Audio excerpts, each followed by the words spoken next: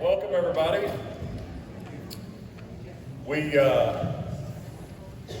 I want to first introduce the panelists that are here and some of our guests that are here. So we've got Steve Kunzweiler, the Tulsa County District Attorney, Matt Ballard, Rogers County District Attorney, Mays County, he covers Claremore, Owasso, Paul Smith, the Seminole County District Attorney, Jack Thorpe, Wagner County District Attorney, Orville Loge, Muscogee County District Attorney,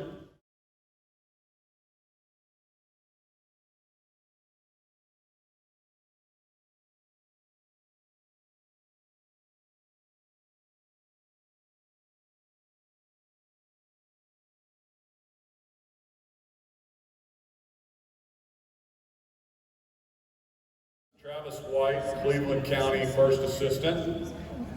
Ryan Leonard is Special Counsel for Native American Affairs for the state of Oklahoma.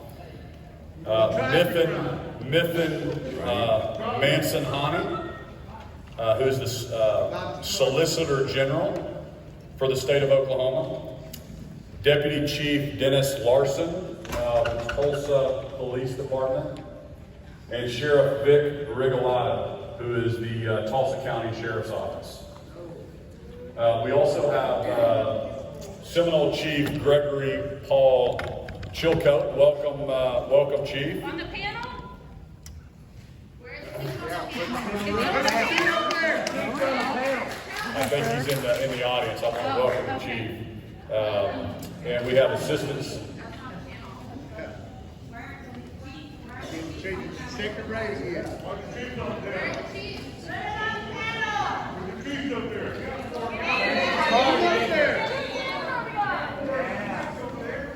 Where's the land acknowledgement? We've also got Assistant Seminole Chief-elect Lewis Johnson. I want to welcome him, and I think there's some other representatives of other tribes in the audience. Thank you. I really want to thank Marcy's Law for being here today and all of the advocacy groups who are here in the foyer. Their work is really important for victims and their families. Then work Appreciate with you the guys nation. being here. Talk about MIW, guys. This is murder niggas. Back here. Representatives from the U.S. Attorney's Office, they unfortunately couldn't be here to attend today because of scheduling conflicts, but really appreciate our U.S. attorneys, their partnership and their efforts to help the victims. So as governor, Oklahoma courts because the Supreme Court would recognize a treaty. What about those victims, huh? Come on. Yeah. You never said it. What about the boarding school victims? Real victims made it dry.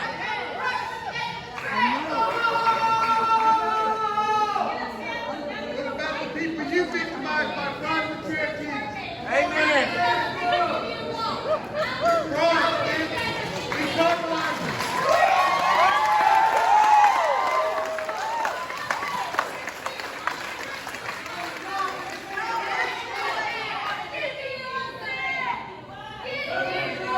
I'm sorry about this. We're really taking away from the victims' time here. You should have broke the law for the past 100+ years. The real victims are As governor of all 4 million Oklahomans, my first and foremost priority is the safety of Oklahomans, and that's what we're here to talk about tonight.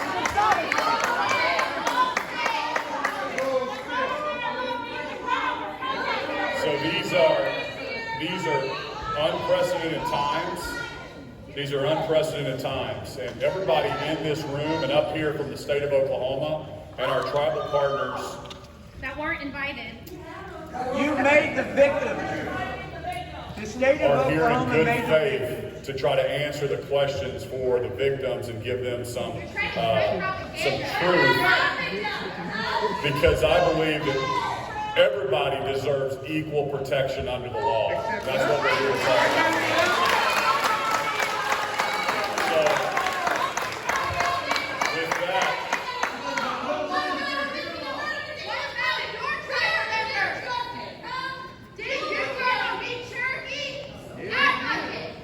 Had the nations been allowed to exercise their jurisdiction to begin with, this would not be an issue because So they would have let been me tried correctly the move first on time. to the panelists, and just want to remind them we're going to have 3-minute opening remarks from each of our panelists today. So let's keep it brief so we can move on, and I want to really hear from the families of the victims. So we'll have some time for Q&A in just a minute. So let me turn it over Steve Kunzweiler, the district attorney from Tulsa County, to give some opening remarks. So thank you very much. My name is Steve Kunzweiler. I'm married. My wife Christine is a veterinarian here in Tulsa. We've got 3 daughters. I grew up outside St. Louis and never would have envisioned the opportunity to become a district attorney until I drove through Tulsa 3 times. My wife had internships in Texas and in California. Every time I drove through Tulsa, I thought, this is the place I want to live. So, from my perspective, while I wasn't born in Oklahoma, I have 3 daughters who are Oklahomans. And as a prosecutor for over 30 years, my focus will always be on trying to protect my community, whether those folks are Native American, whether those folks are white, whether they're black. As a prosecutor, my focus is to try and help protect all Oklahomans. So I look forward to the conversation. I'll give some other comments here shortly, but thank you for the Why opportunity. do we have so many Oklahomans in the penitentiary? Next white person. A very brief statement. McGirt was a Supreme Court decision that was thrust on the state of Oklahoma, impacting both.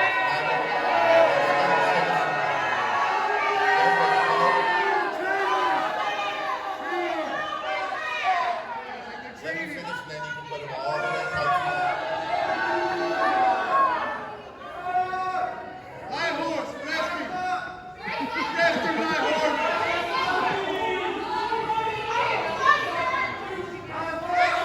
What's the name of my horse? Rescue. Part of the treaty. Okay. There was no grace period in which to slowly and methodically put in place systems that would lessen the impact on our criminal justice system. Now, the expectation is that we completely change the continuity of public safety in a short period of time, which unfortunately will come at the expense of our citizens, both tribal and non-tribal. It is incumbent upon all involved to move forward in an amicable way by preserving relationships with the tribes and recognizing the importance of their sovereignty. Equally important, we must work together to ensure that all our citizens experience a full measure of justice when they are the victim of a crime, and it is imperative that we preserve past convictions so that victims and their families are not re-victimized. Thank you.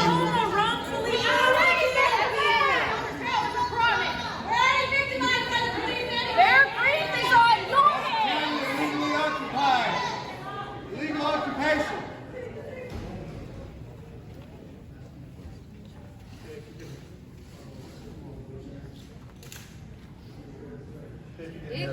Chief Dennis Larson. I oversee the investigative bureau for the Tulsa Police Department.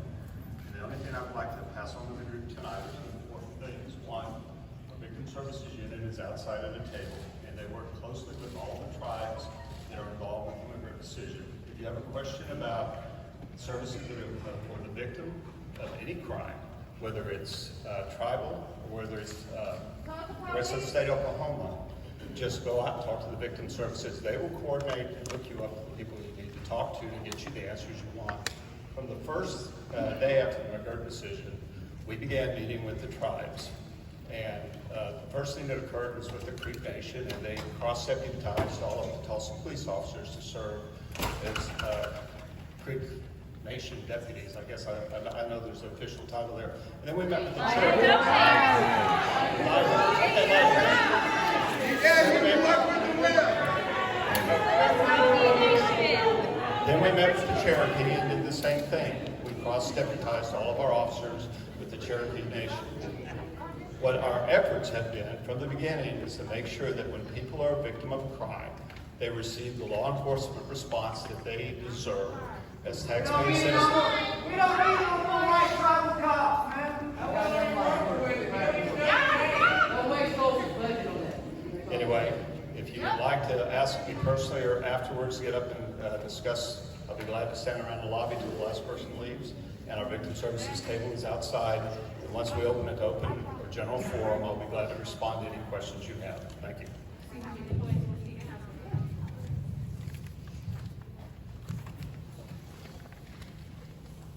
My name is Jack Thorpe, and I'm the district attorney for District 27 here in Oklahoma. That is Adair, Cherokee, Sequoyah, and Wagner counties. I'm a 22-year prosecutor.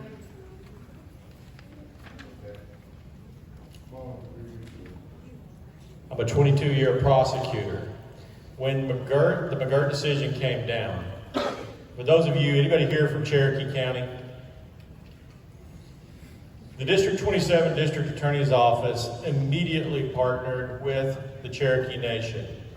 We helped train their prosecutors. We helped set up their system. We also have worked with the Muscogee Nation. The problems with the McGirt decision are real. For years and years, many of us here have prosecuted some of the worst offenders here in the state of Oklahoma. Those individuals that have murdered, raped, robbed our family members. And for everybody in this room, there are victims who are desperate to see that those individuals that raped, murdered, or robbed their family members, that they continue to face the prison sentences that they've been given. In District 27, and those of us that work, the entirety of my district is within either the Muscogee Reservation or the heart of the Cherokee Reservation. We work together, and we do so on a daily basis, where individuals with both the federal prosecutors, the Muscogee Creek Nation prosecutors, and the Cherokee Nation prosecutors all have access to the same case files that we have maintained over the years. This is an opportunity for all of us to hear the issues that we're dealing with in the world of prosecution of those individuals that victimize those that we love. Now, the way the law is right now, the maximum punishment for an individual that is prosecuted in a tribal court is 3 years.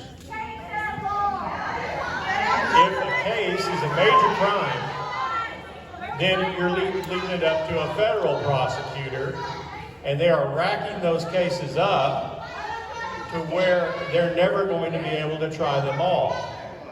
And most importantly, I want to say this. There is a class of cases where a non-member of a federally recognized tribe, if they commit a crime against a member of a federally recognized tribe, the only jurisdictional prosecution entity that can handle that case is the federal government, and those cases are not being prosecuted.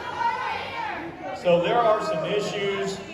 This is a dialogue that I hope that we can have that will help all of us work together to make our community safe. Thank you.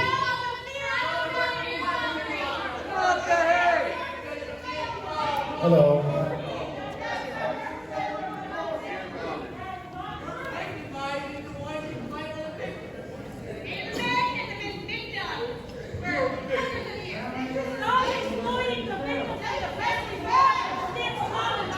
Hello, my name is Paul Smith. I'm the district attorney from Seminole, Hughes, and Pontotoc counties. My area of District 22 comprises 4 of the 5 tribes: the Seminole Nation, the Creek Nation, the Chickasaw Nation, and the Choctaw Nation. And I'm happy to report that we have a great, good, fantastic in some respects, working relationship with many of the tribes in my area. We formed a partnership for one reason, and that is to see that justice is done in our communities. From a state prosecutor perspective, the thing that strikes at the heart of every prosecutor and victim advocate is the fact that we have people of Native heritage whose crimes against them go unaddressed.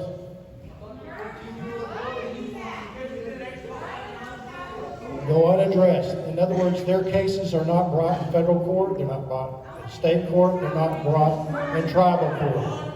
That's what we would like to see changed. Coordination, clarity, and justice for all of those people. You talk about the missing and murdered Indigenous women's cases? Those cases make my heart break that they are not being pursued by the federal government or by any tribal entity to bring justice for those victims. It's my hope that we're able to address that tonight and in the future, in the courts or in the Congress, so that we truly live in a society where there is equal justice and justice for all. Thank you. What about the missing and murdered Indigenous women? You ain't looking for them.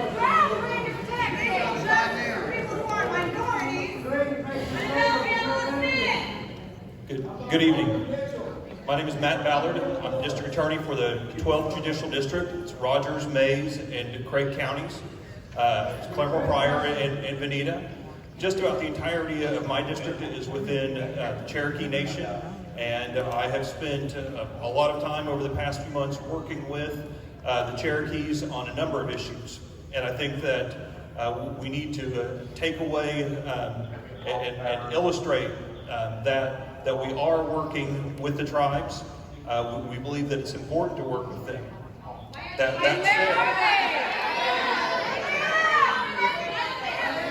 it.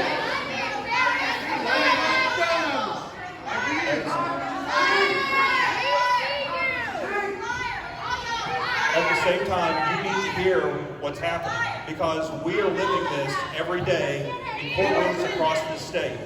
And I will tell you what is happening in every courthouse is that victims, Native victims, are being victimized, and nobody is prosecuting those cases.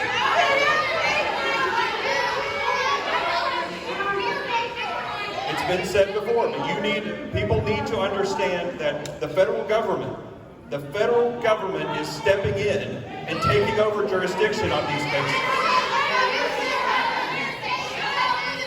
The declination rate, the number of cases that are being declined is approximately 95%. You need to understand that 95% of the cases are being declined, and that includes Native victims that will never see justice as a result. That is it is a hard truth. It is a hard truth to take, but we are doing everything we can to see that that doesn't happen. This situation is not workable, however, and we continue to want to work with the tribes, to work with the state, to work with our federal partners to change that, so that victims, Native victims, don't continue to be victimized. That's what I was elected to do. That's what I will continue to do, is make every effort to see that this situation is dealt with as best we can under the law. Thank you.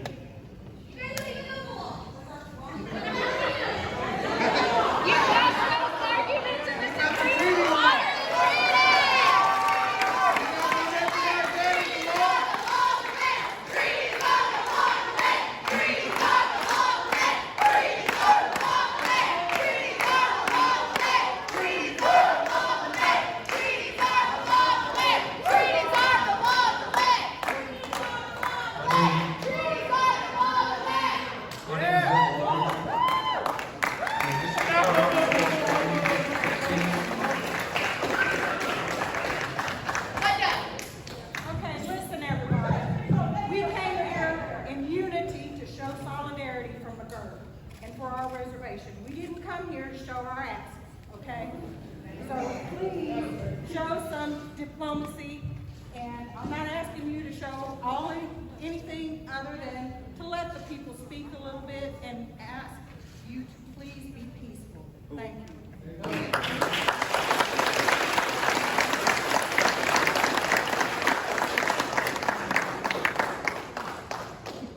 Can you hear me? Okay. My name is Orville Loge. I'm the district attorney in Muscogee County. This is District 15. It encompasses the Cherokee Nation and Muscogee Nation, and it cuts Muscogee kind of in half. Since McGirt, we've had many discussions with tribes of Oklahoma in my county. I would have those discussions with the Cherokee Council and or the Muscogee Council or their Attorney General's office. There are a lot of issues we are addressing on a daily basis. I promise you, we have to work together on these. I vow to respect every interest of sovereignty that you have. I also have a duty to every person in Muscogee County, no matter where they live in my county, no matter their upbringing. I vow to protect them. And I know that right now I can't. And so if you are here today and you're a member of a council of an Indian nation in Oklahoma, I have a question. You're going to be asking us questions here in just a second, but I have a question. Is it possible to compact with the tribe and the state on concurrent criminal jurisdiction? If it is, if that is possible, then we need to talk. If it's not, then we have to prepare. I'm not suggesting anything other than to listen and answer questions tonight and respect you, and I promise to do that. No. All right.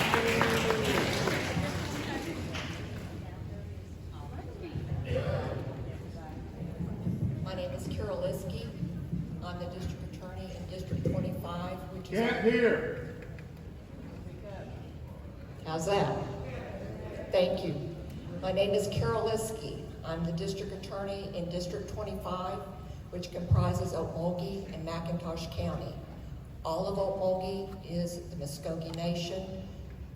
McIntosh County shares a small sliver with the Cherokee Nation. First of all, I want to thank you, Ms. Golden. That took a great deal of courage. Our office recognizes McGirt, and as far as we're concerned, sovereignty is established. We're past that. The nation exists, and we're here to honor that. What I thought this meeting was, how do we go from here to make sure everybody's safe and honor what the Supreme Court has set out? How do we solve the problems? That's what I'm here to do. This needs to be a dialogue. I understand there's anger and frustration on everybody's part, but we have a duty and a responsibility to go forward. Help us do that. And that starts by listening and being respectful.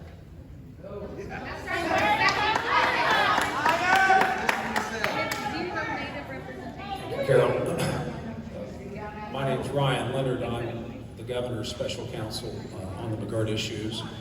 And my thought tonight was, obviously we're here to provide information to the victims and their families. There are several cases.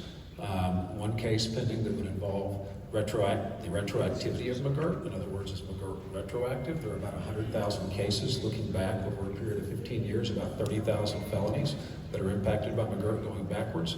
There's another case that will be pending before the U.S. Supreme Court shortly that involves certain classes of offenders that are impacted by the McGirt decision. So there are real issues and real questions to be answered for the victims. But I would just like to say this. I look out in this audience and I see a number of tribal friends, leaders in tribal government that are friends of mine here today. There is not one state of our 50 who, at least since the Civil War and maybe before, has ever dealt with any issues like the folks on this panel, the folks in your tribal governments, and the folks sitting in these seats have ever faced. There's not one of our 574 federally recognized tribes in this country who's ever felt and ever faced jurisdictional questions like we're seeing here in Oklahoma today. So I would submit that the folks on this panel, our governor, our elected leaders, our tribal leaders, are all doing the best that we can. And to Carol's point, and to Orville's point, and the point of others, what we need is a dialogue. We are all trying to solve this. We are all Oklahomans. This is all of our home.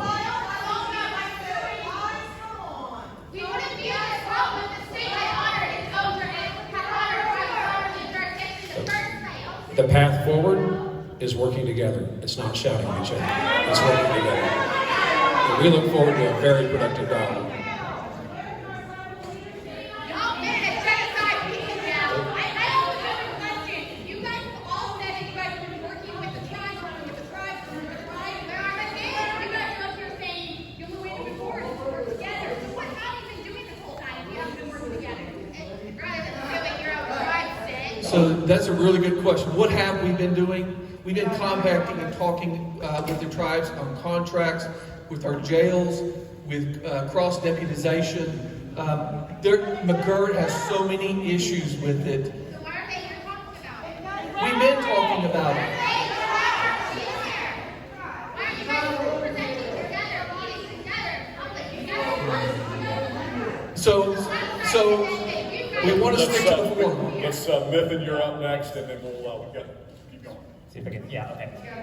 So my name is Miffin Manzamani. I serve as Solicitor General for the state of Oklahoma in the Attorney General's office. So, you can hear me now? Good. So the AG's office, obviously, not only is the Chief Law Enforcement Officer of the state, but primarily is dealing with the appeal issues in McGirt. Our district attorneys here are dealing with the trial level stuff, and we assist them certainly in that, but we're primarily focused on the appeal issues from our Criminal Appeals Division at the Oklahoma Court of Criminal Appeals and and the Solicitor General's Division, my division at the U.S. Supreme Court. And so I want to put out a name there for any victims who have a case on appeal and want to talk to our office. Karen Cunningham is our Victim Services Coordinator, and you can go to our webpage to find email address or phone number if you have a case in appeal and you want to talk to the AG's office. As Ryan mentioned, we've got a couple of issues on appeal that relate to McGirt. At the Court of Criminal Appeals, we have the Matloff case, which is going to determine whether or not McGirt should be applied to long final convictions, whether those should be overturned based on McGirt. And then we've got the Bossy case of the U.S. Supreme Court, which deals with that issue on a different level, and which deals with the issue of whether the state and the federal government can share jurisdiction over non-Indians who commit crimes against Indians. In the case of Mr. Bossy, it was a non-Indian man who murdered an entire family of Chickasaws, and the state wants to keep him in state custody, and that's the case that's going to be going up to the U.S. Supreme Court soon. Happy to answer any questions after this. All right, thank you. Can you hear me? My name is Travis White. I'm the first Assistant District Attorney in Cleveland County, McLean County, and Garvin County. Our two south counties are located in the Chickasaw Nation. That consists of Pauls Valley and Purcell. I know a lot has been said up here on this stage, and I think everyone in the room would agree. When somebody hurts somebody else, regardless of what they look like or who they are, they should be held accountable. And so I'm going to tell you about two cases as far as what McGirt means to me. I've had to sit in a room with victims' families, both Native American and non-Native. And in particular, those two cases are as follows. In 2010, July, Sean Michael Bossy, a non-Indian, killed 3 Chickasaw Nation members, Katrina and her 2 kids, Christian and Chastity. They were 8 years old and 6 years old. Sean Michael Bossy was convicted and sent to death row.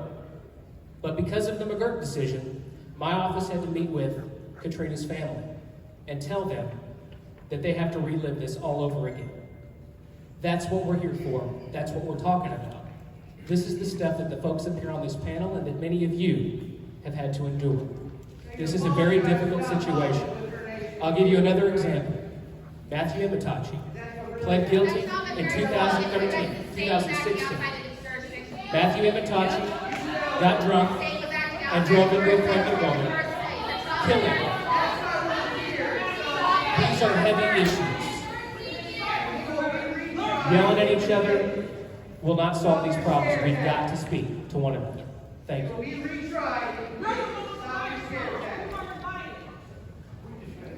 Okay, thanks panelists for your update. And now I'd like Steve Kunzweiler has a presentation, and kind of so I'd like to call on you to present kind of where we're at today.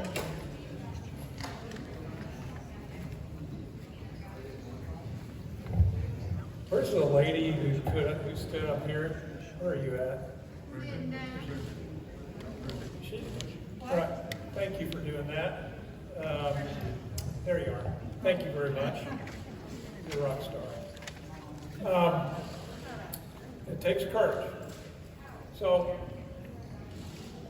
I'm going to talk about what we all have been talking about, the experiences that we have with McGirt. I'm just going to give you a framework. Our focus, what we're trying to do more than anything else today, we're law enforcement. We're not political leaders. We're law enforcement.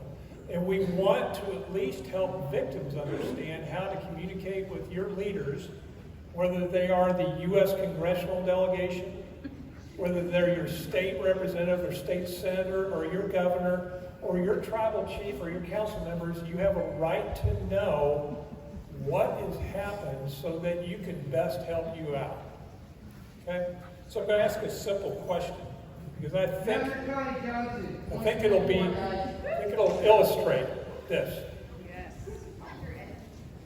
If you know, if you have been the victim of a crime, or you have a family member who's been the victim of a crime, or you know somebody who's been the victim of the crime, raise your hand, because I think we all need to see it. Right? The majority of people in here,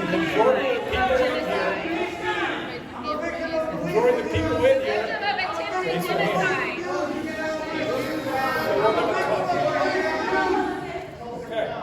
So I'm going to do something for you, right? This is how you and I are going to talk, right? This is how we're going to talk. All right, get ready. All right, get ready. Get your camera phone out. Get your pen and paper out. This is my invitation to you. This is my invitation to you all, okay? That's my name, and that's my phone number. And I want you to write that down, and you call me. If you have a question, I'll be glad to try and answer your question or direct you to somebody who can do it. It's the only way I know how to communicate with people, is at least make myself accessible to you. And I want you to call me, I want you to text me, and we'll have the conversation. So we're going to start with one thing we know for sure. We're all Oklahomans in this room. We're all Oklahomans. And while we fly under the United States flag, we also fly under tribal flags all across this state, to include the state's flag, right? But we are all Oklahomans.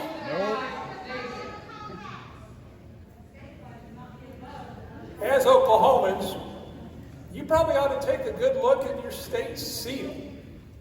It was designed. Your state seal. Your state seal. This is it. Your state seal was designed by a Native American. If you look at this seal, we're the 46th state. And at the center of that seal is a recognition of our pride in our Native American culture. Our pride in our Native American culture. We also lead. This state leads. Marcy's Law, you go out there, of the 50 states in this country, Oklahomans led the way on Marcy's Law. which is to make victims' rights a part of our state constitution. Our Constitution says that the rights of victims are written in our Constitution. What does that mean? Under our Constitution that you voted for, right? This is a state proposition, and you voted for what you wanted. What you wanted was to be present in all proceedings. And you have a right to be at these proceedings as a victim. What you also found out is that you have a right to be heard, and I'm glad you're here to let me hear you. And you have a notice that if there's somebody who's in jail or in prison under our Constitution, you have a right to know if that person's going to get released. You felt that powerful about it to make sure that we want to make sure you know what's going on with your case. This forum, this is what it's about.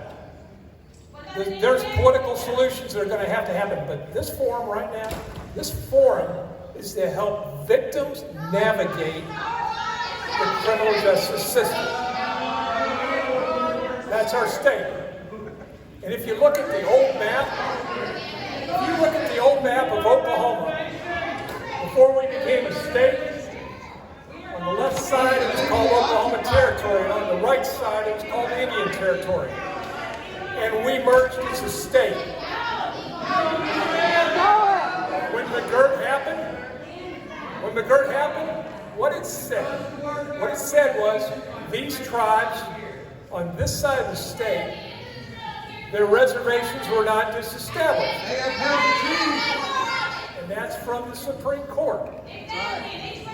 And because we are here, Tulsa County is part Cherokee and part Creek. And so we as prosecutors, we as law enforcement, and there are members of the judiciary here, they also have to deal with it. So we work together. Before McGirt was decided, pay attention to this. Before McGirt was decided, this is kind of how it looked. This is how it looked.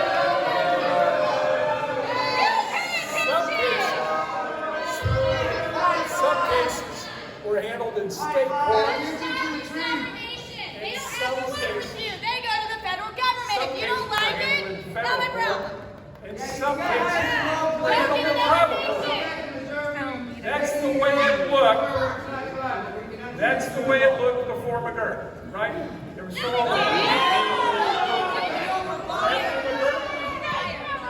After McGirt, this is what it looks like. This is what it looks like.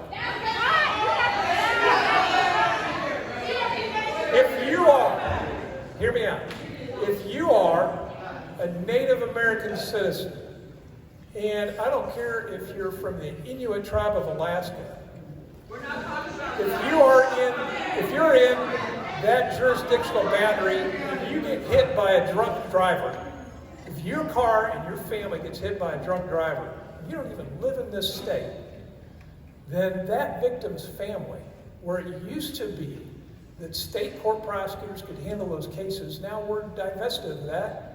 And now only the federal government or only the tribe will handle those cases. So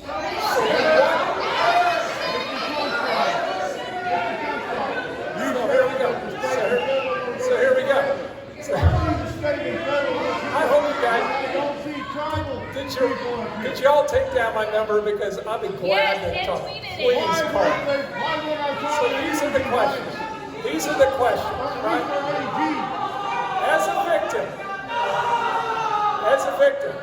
As a victim, these are the questions that I am having to deal with, and I'm trying to help you, right? What is happening with my case? If you were that family that got hit by the drunk driver, you would want to know what's happening with my case. You would want to know that.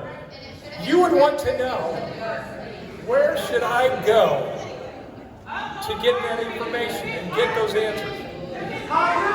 You'll ask this question. You'll want to know, will my case get prosecuted? This question you'll want to ask. When can I find out? All those are questions that affect you, the Native American citizen. You want to know the answers to those questions. If your son or your daughter was brain damaged by a drunk driver, you'd want to know what's happening with that case. So we're trying to guide you down that path.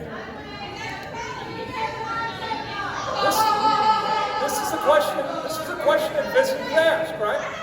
They want to know who can fix that problem.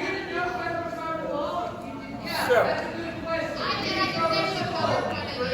many folks right here have asked this question. They're like, what's been going on? Right? What's been going on? And I'll show you. We've worked together.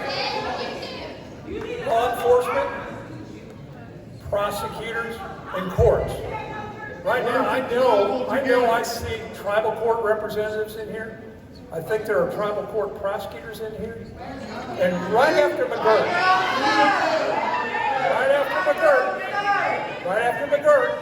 hear me out, right after McGirt, we had to take those cases, we had to make sure that your police officers got cross-deputized so they could take those cases to federal court or tribal court. We've been working hard to make sure you got justice. And victim advocates, if you go out there, you talk to the victim advocates, all those people out there have been working together. So here we go. Why am I here? Why am I here? Right? It would be easy as a state court prosecutor right now, it'd be really easy for me to say, I'm out of the game and I don't care. But I do. I want you to help us deal with this. Tell us what you're struggling with if you're a victim. Help us understand. I want you to share your concerns so we can work towards solutions. As a victim of a crime, share it with us. Find our Miko. Don't fucking talk, man. You know Miko means? This is what we want you to be able to do. Help us inform your leadership, whoever it is. I thought you were working with them already.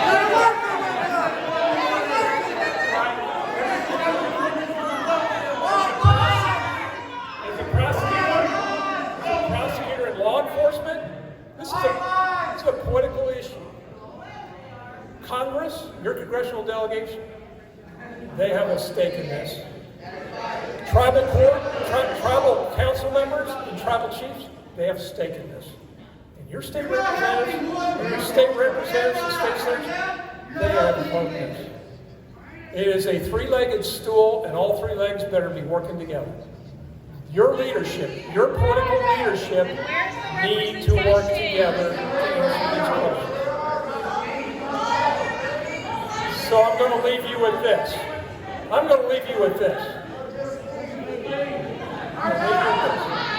We're all Oklahoma, right? If you go down to the state capitol, and when I came to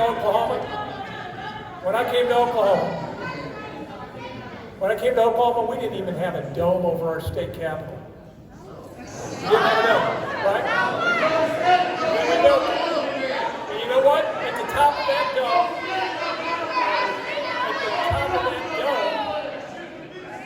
is this symbol of a guardian for your state. We want to be able to help victims. Help us walk this path. We want to make sure that your voice is heard. You want your voice to be heard. Share your concerns. I'm not going anywhere. Okay?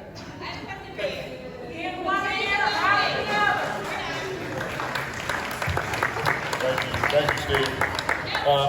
We're going to get through as many questions as we can, but if the shouting continues, I just want to speak to the victims. We'll have to end early, and I want you to be able to come up, talk to your district attorneys, be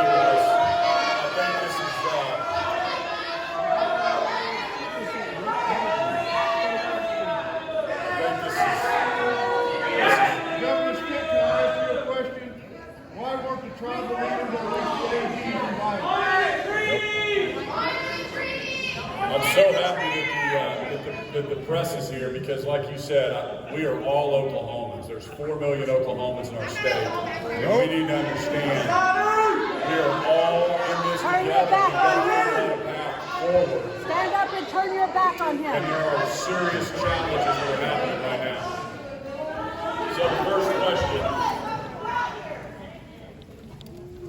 So the first question, these were handed to me. I'd like to know when Rogers County, they dismissed the charges on the female that drove drunk with my 4 kids and said it would end up in the Cherokee Nation to press charges. What will determine whether the same 4 felony child endangerment, DUI, and open container charges will be made by the Cherokee Nation? Well, I can speak to what's happening every day in Rogers County. In Rogers County, we've had 512 cases dismissed, 512 cases that we sent to the federal government for prosecution. Of those, the federal government has filed 23. That's an acceptance rate of 4.4%. Those are cases that we filed, that we believed in, that have victims, that were sent to the federal government, and 4.4% were filed. Welcome to our world. Every day, we're seeing cases that are being dismissed, and we're doing everything in our power to work with the tribe and with the feds to see that the cases are filed.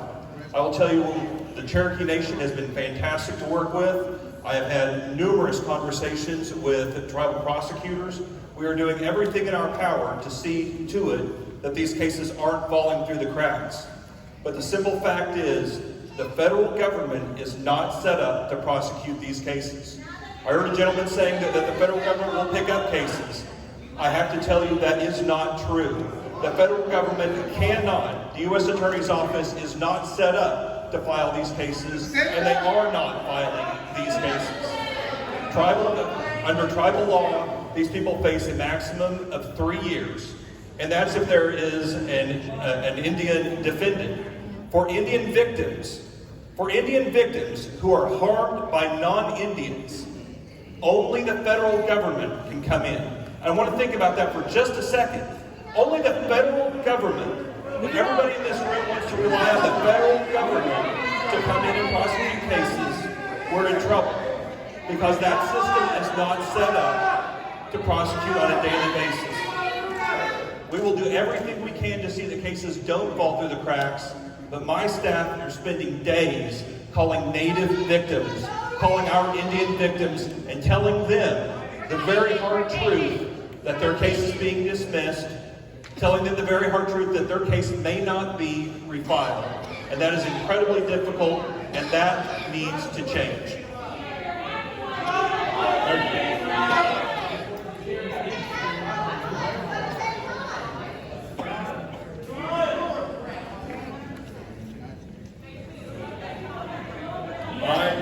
Another question here. I am a victim of a crime committed by a juvenile Indian. Who can I talk to? We're not Indian, we're Native. You're Native, aren't you? Who can they talk to? It would be nice if they could talk to somebody on the panel that represented the Native community.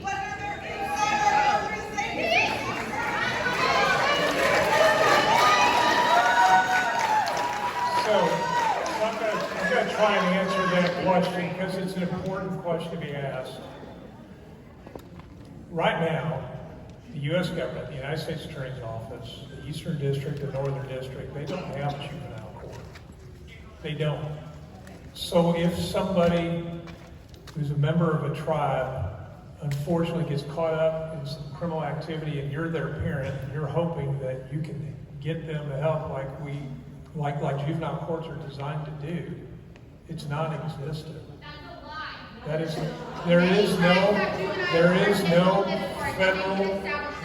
no federal juvenile court. So for the crimes that Matt Ballard was talking about, when the victim comes in and says, hey, my child was victimized, and the parents come in and like, my kid needs help, he's caught up in doing this criminal activity, There is no, right? You know what I'm talking about. There is no, I'm looking at an attorney, there is no juvenile court in federal court, right? It doesn't exist. That's a question that your leadership needs to know. How are we going to protect our children? How are we going to protect them? This is another.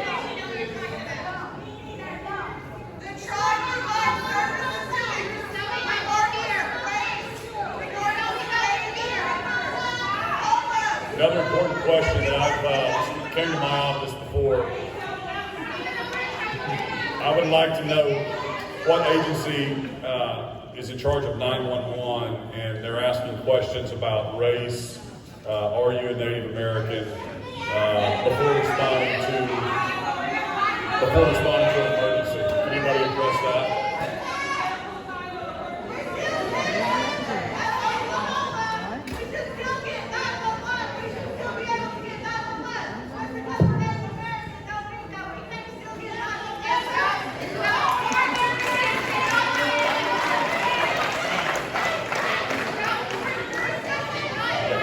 Please.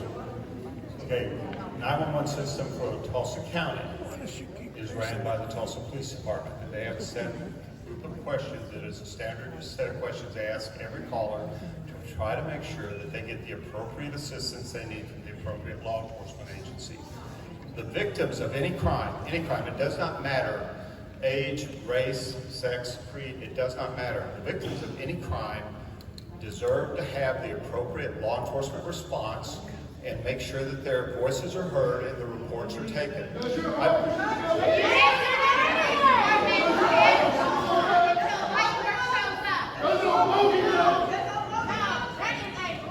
The officers who arrive have an 8-page document that we have created with a series of interrogatory questions to determine which agency is the appropriate agency for that victim's crime to be reported to.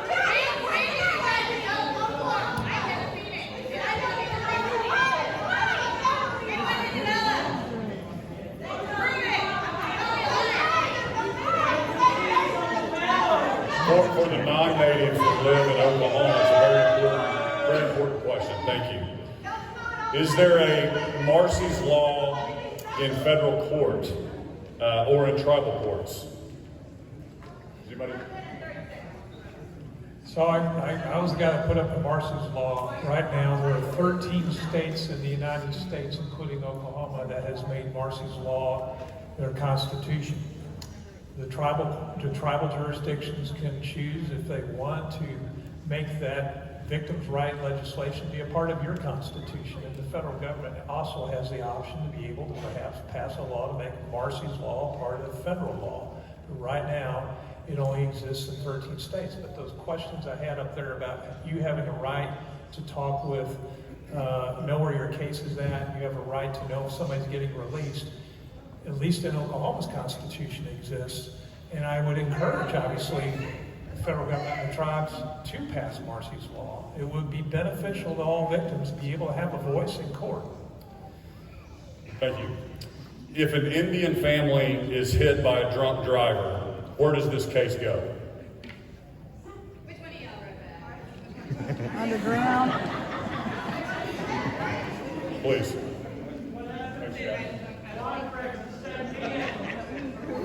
So the question from the governor was, if a Native American family was the victim of a drunk driver, where does the case go? It completely depends on the drunk driver. If the drunk driver is also a member of a federally recognized tribe, then that case can go to the tribal courts. If the drunk driver is not a member of a federally recognized tribe, and this is one of the biggest issues that we're dealing with, it goes to the federal government. And it is up to the federal government to prosecute the case. I have a case in Wagner County where a 12-year-old boy, a member of the Cherokee Nation, was run down and killed by a non-Native American person. He was .29 blood alcohol. He ran him down, killed him, left the scene. It can't be done in federal court because the statute of limitations is run on manslaughter, and it can only be done and that's the only people with jurisdiction. Tribal prosecutors do not have jurisdiction in that specific case. Thank you.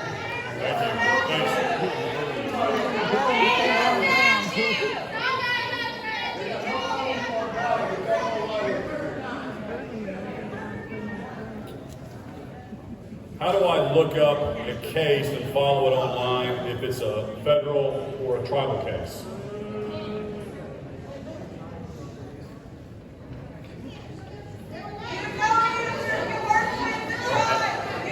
I'll try to answer that because in my experience, there is no way for victims to track where their cases are.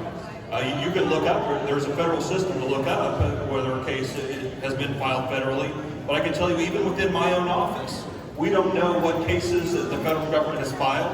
We don't know what cases the tribe has filed, and we're fielding questions from victims of crime. These are native victims of crime who are calling us and asking, what happened to my case? And I'm not able to give them an answer to that right now. And I see that as a problem that we can't be responsive to our cases, to our victims, about what has happened to their cases. Whether they're falling, simply being declined, whether there's a problem with them being picked up, we don't know that. And that's an example of one of the types of problems that we are trying every day. We're on the front lines trying to address and trying to work with. Thank you. Governor, I want to add just one more thing on that. So in Oklahoma, we have open records. You know, I mean, I know you all see those things where somebody says, hey, I want to send in an open record act. And they can send it to Sheriff Regalado, they can send it to Wendell Franklin, the Tulsa Police Department, they can send it to the DA's office, they can send it to the governor's office. And you can, it's your record, right? Public records are your records. But with regard to each tribe, I don't know, but I would encourage you, if you're a tribal member, to find out if you have open records. Because it's your case to find out what's going on with this case. You have a right to know. That's the police are involved. Can you give us any information on how McGirt could affect property tax in this area? There it is. That's what he's worried about.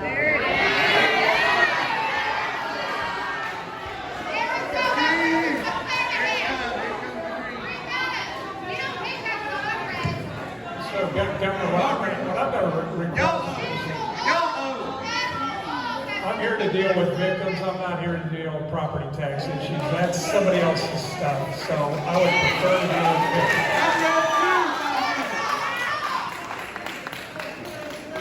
Governor, I'll take a stab at that.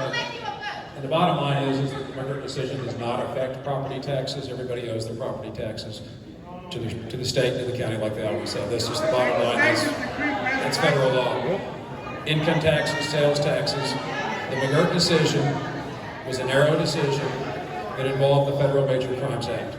That does not relieve Oklahomans. We're all driving on the same roads. Everybody's kids are all going to the same schools.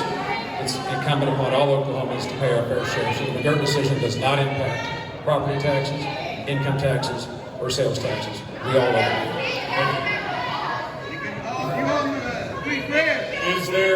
Is there a registry in the federal system or the tribal system to tell me where sex offenders or violent offenders live? Are you asking questions from this room? Are you asking any questions from this room? So that issue, I think, is probably a pretty pointed question to know. At least I know in Oklahoma that you can go on the registry and you can figure out who's been convicted of a sex crime.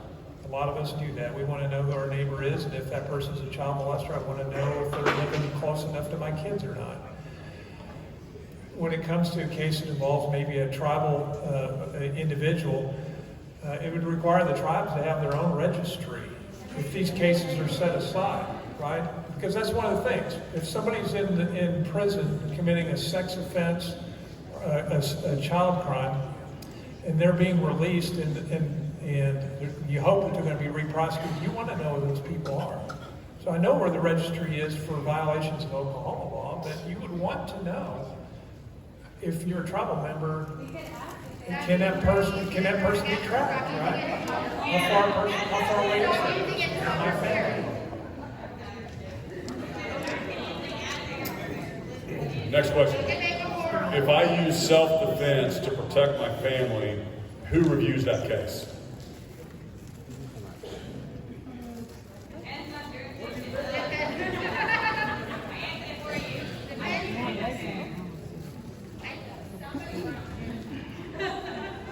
Anybody up there? Ask the tribal chief. Oh, they're not up there. So the question for the governor was, if I need to use self-defense, who is going to review that case? Everything has to do with the specific area in which it takes place. It's going to have to deal with jurisdiction first, and then it's going to deal with the specific race of the individual that uses self-defense, whether or not they're a member of a federally recognized tribe, of their citizenship, and who was the individual that attacked, that caused the use of self-defense. In the case where it is an individual who is not a member of a federally recognized tribe, and they attack an individual that is a member of a federally recognized tribe, the only individual that would be able to review that case would be a federal prosecutor. If the case, though, involves an individual that is a member of a federally recognized tribe who uses self-defense against another individual that's a member of a federally recognized tribe, then it's a major crime. It could be a major crime, and it could be permissible by a federal prosecutor or by the tribal prosecution authority. Okay, this is going to be our last question. If we as a nation adopt the state of Oklahoma's laws, what part of our sovereignty will be lost?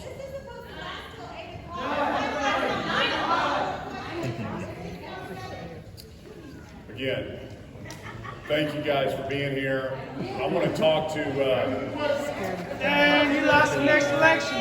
nobody on this panel created the McGirt situation. We are, as a fourth generation Oklahoman myself,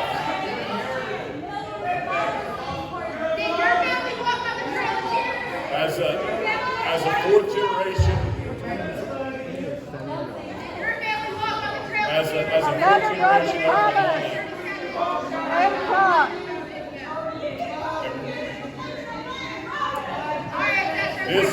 This is a complicated issue.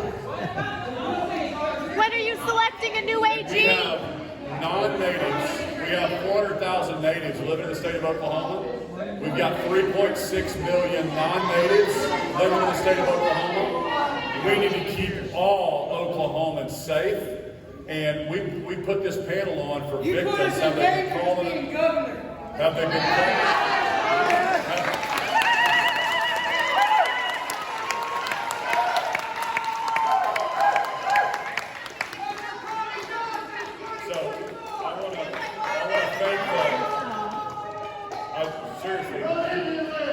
District attorneys are concerned about natives and non-natives that vote them in office. And they're trying to protect, I know you guys' heart. How are you working to get more federal support? And I know your hearts, I know you're trying to protect Oklahomans, and you're trying to warn people that there's a problem brewing on crimes being prosecuted. And all 4 million Oklahomans need to know, and I know we have people in here from other states right now, but all 4 million Oklahomans need to understand this issue. And I'm so happy that you helped get the message out tonight to them. So thank you, panelists, for being here. Thank you, and for all the victims, please.